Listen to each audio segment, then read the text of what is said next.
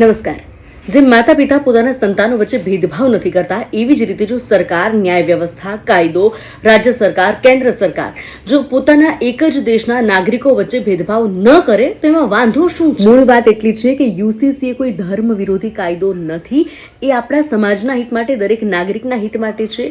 એક આધુનિક અને સમાનતાવાળા સમાજ તરફ લઈ જતો કાયદો છે અને સરકાર એના માટે જ વિચાર કરી રહી છે। આપણા દેશમાં લગ્ન, છૂટાછેડા, મિલકત, વારસા જેવી બાબત માટે દરેક ધર્મ અનુસાર પોતપોતાના કાયદા છે, પરંતુ યુસીસીનો અર્થ એ છે કે ધર્મ ગમે તે હોય, પોતપોતાના ધર્મનું પાલન થઈ શકે છે, પરંતુ એક નાગરિક તરીકે જે સામાજિક વ્યવસ્થા છે, સામાજિક નિયમો છે, તે એક સરખા હોય, એટલે કોઈ સાથે અન્યાય। પરંતુ હા, આઝાદીના સમયથી અત્યાર સુધી જેમને માત્ર એક જ સમુદાયની ચિંતા હોય, એક જ સમાજની ચિંતા હોય, એને દરેક સમાજનું સારું થાય એ વાતથી પ્રોબ્લેમ હોઈ શકે, પરંતુ ખરેખર યુસીસી શું છે, કોને અસર થશે, કેવી રીતે ફાયદો થશે, કયા કયા નિયમોમાં ફેરફાર થશે, બહુ જ સિમ્પ્લિફાઈડ રીતે આપણે જાણવાનું છે। નાગરિકોને શું ફાયદો થશે, શું ફેરફારો આવશે, એના વિશે વાત કરીએ।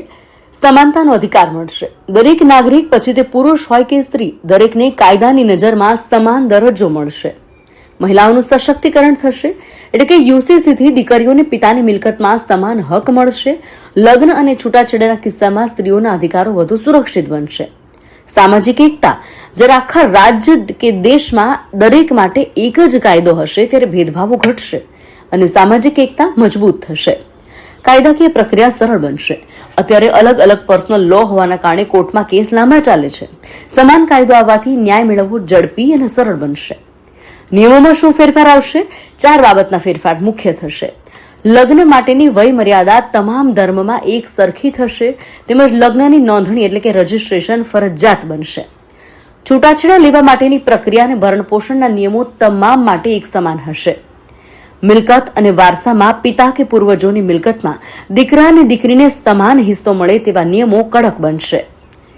બાળક દત્તક લેવાની પ્રક્રિયા પણ ધર્મ આધારિત રહેવાને બદલે કાયદા આધારિત બનશે અને દરેક વ્યક્તિ માટે સમાન બનશે।